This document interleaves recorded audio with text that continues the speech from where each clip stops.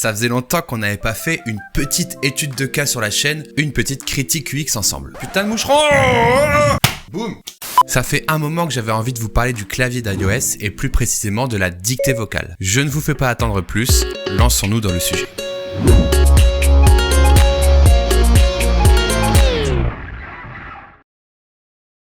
Alors, avant de rentrer dans le cœur du sujet, j'aimerais juste vous dire que ce que je vais vous présenter maintenant n'engage que moi. C'est une réflexion personnelle que j'ai eue par rapport à mes usages perso. Si vous n'êtes pas d'accord ou si vous avez des compléments d'informations à apporter, je vous invite à le faire en commentaire, je lirai tout et j'y répondrai. Dans ces vidéos, je ne donne que mon ressenti et c'est pour ça que je serai content de lire le vôtre.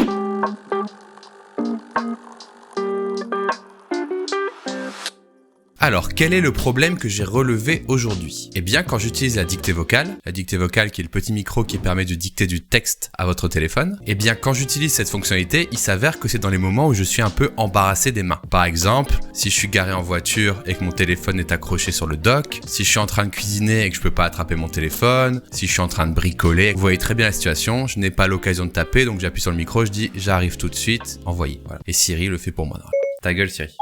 Alors, qu'est-ce qui se passe quand j'utilise la dictée vocale actuellement? Je reçois mon SMS, j'ouvre le SMS, je le lis et j'appuie sur le petit micro en bas à droite du clavier car je ne peux pas taper avec mes doigts. Je dicte mon message à l'oral, il s'affiche et là je dois l'envoyer. Et c'est là où ça commence à m'énerver parce que le bouton pour envoyer est tout petit bouton. Mais putain, c'est absurde. J'utilise la dictée vocale, c'est que j'ai pas mes mains sur le clavier. Pourquoi il y a ce petit bouton dans le coin? Pourquoi tout cet espace n'est pas utilisé? Mais enfin, si j'utilise la dictée vocale, c'est bien pour une raison.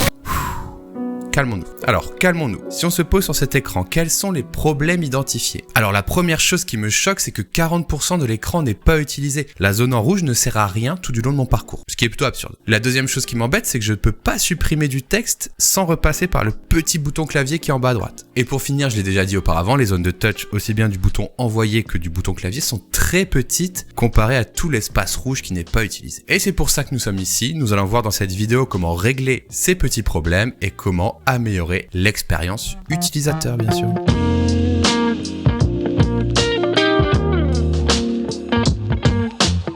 Alors, je vais vous expliquer comment j'ai itéré sur ce problème. Je me suis d'abord penché sur le bouton envoyer et sur la zone inutilisée. J'ai commencé à refaire un petit peu mon proto en me disant, quand le message a été écouté, autant utiliser la zone inutilisée pour le bouton envoyer. Ce qui donne ce résultat. Avec une toute petite amélioration, je trouve qu'on améliore vraiment l'expérience. Le bouton est centré, en bas de l'écran, accessible assez gros, c'est super cool. Néanmoins, il y a encore quelques problèmes qui sont pas réglés avec cette solution. En effet, je me suis dit, comment je fais si je veux recommencer à parler dans cette situation? Donc j'ai itéré, j'ai refait une deuxième version où cette fois-ci je me suis dit tiens, on pourrait avoir plusieurs boutons dans la zone du clavier une fois qu'on a fini de parler. Pourquoi pas avoir en bas à droite le bouton envoyer, toujours aussi gros bien sûr, et à côté un bouton reprendre pour reprendre la dictée. Voilà, tout bêtement. Ça répond à pas mal des problématiques, les 40% de l'écran qui sont pas utilisés et les boutons trop petits. Et à ce moment-là, quand je travaillais sur la vidéo, je me suis dit mais attends voir, mais qu'est-ce qu'ils font chez Android? Et c'est à ce moment-là que j'ai sorti le bon vieux Samsung, les amis. Cette petite crotte de Samsung. Et j'ai été voir ce que faisait Samsung à ce niveau-là, donc Google, je pense. J'ai appuyé sur la dictée vocale et je suis arrivé sur cet écran qui n'était pas inintéressant. Alors sur Android, j'aime beaucoup le fait qu'il y ait le petit bouton supprimer qui soit rajouté. On a aussi le bouton pour reprendre la parole. Par contre, le bouton envoyer reste tout petit dans le coin. Donc je me suis inspiré d'Android.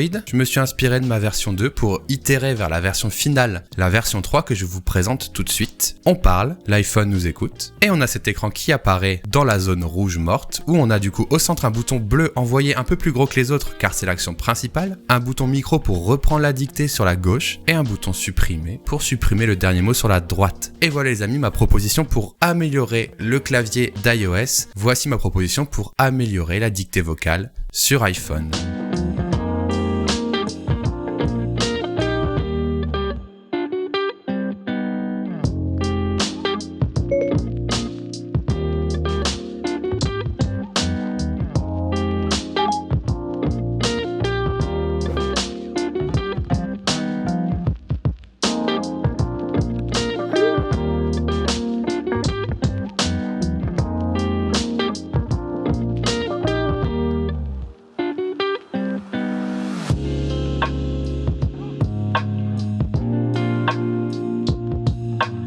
Qu'en pensez-vous les amis? Dites-moi en commentaire si ça vous a plu. Si vous voulez voir d'autres vidéos comme ça, bien sûr, abonnez-vous à ma chaîne. Suivez-moi également sur twitch.tv/basti8, je fais 2 lives par semaine. Et en parlant de live, si vous regardez cette vidéo le jour de sa sortie, je suis en live à 18h30 sur twitch.tv/bastille. On va débattre de cette vidéo et on va voir si on peut encore améliorer le clavier d'iOS ensemble. Donc voilà, rejoignez-moi sur Twitch. Suivez-moi sur mes réseaux sociaux qui s'affichent actuellement ici. Vous pouvez retrouver Bastille UI sur les réseaux. Et surtout, dites-moi dans les commentaires quelle version vous a plu, qu'est-ce que vous pensez du sujet. Dites-moi aussi pourquoi pas dans les commentaires si le format des critiques UX vous plaît. N'hésitez pas non plus à proposer des sujets, je m'y attaquerai peut-être sur cette chaîne. Je m'écarte un petit peu, d'autres vidéos apparaissent ici bien sûr pour votre plus grand plaisir. N'oubliez pas de vous abonner pour me soutenir, de suivre la chaîne des replays pour voir tous les replays des lives. Et les amis, je vous dis à la prochaine, hein? Bah moi je suis là, je bouge pas. Ah oui. Au revoir.